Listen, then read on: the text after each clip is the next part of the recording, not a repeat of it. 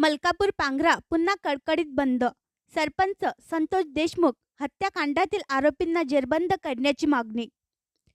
बीड जिल्ह्यातील मलकापूर पांग्रा मस्साजोगचे सरपंच संतोष देशमुख यांच्या हत्याकांडातील आरोपींना तातडीने अटक करावी, तसेच परभणी येथील डॉक्टर बाबासाहेब आंबेडकर यांच्या पुतळ्यासमोरील संविधानाच्या प्रतिकृतीची विटंबना करणाऱ्या आरोपींना अद्दल घडवावी या मागणीसाठी आज मलकापूर पांग्रा येथे कडकडीत बंद पुकारण्यात आला होता.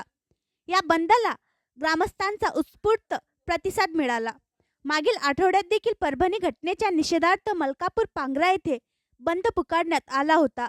आज सकाळपासूनच हॉटेल, सलून, किराणा दुकान व इतर दुकानदारांनी आपापली दुकाने बंद ठेवत बंदमध्ये सहभाग घेतला. संतोष देशमुख हत्याकांड आणि परभणीच्या घटनेच्या निषेधार्थ घोषणाबाजी करण्यात आली.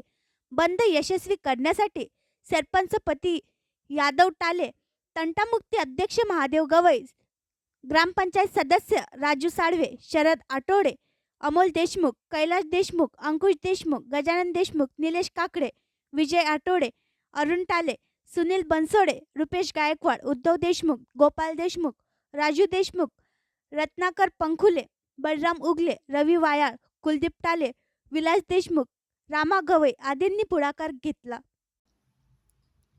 आणखी नवीन व्हिडिओ पाहण्यासाठी आमच्या देशमुख एक्सप्रेस न्यूज चॅनलला सबस्क्राईब करा, लाईक करा आणि शेअर करा.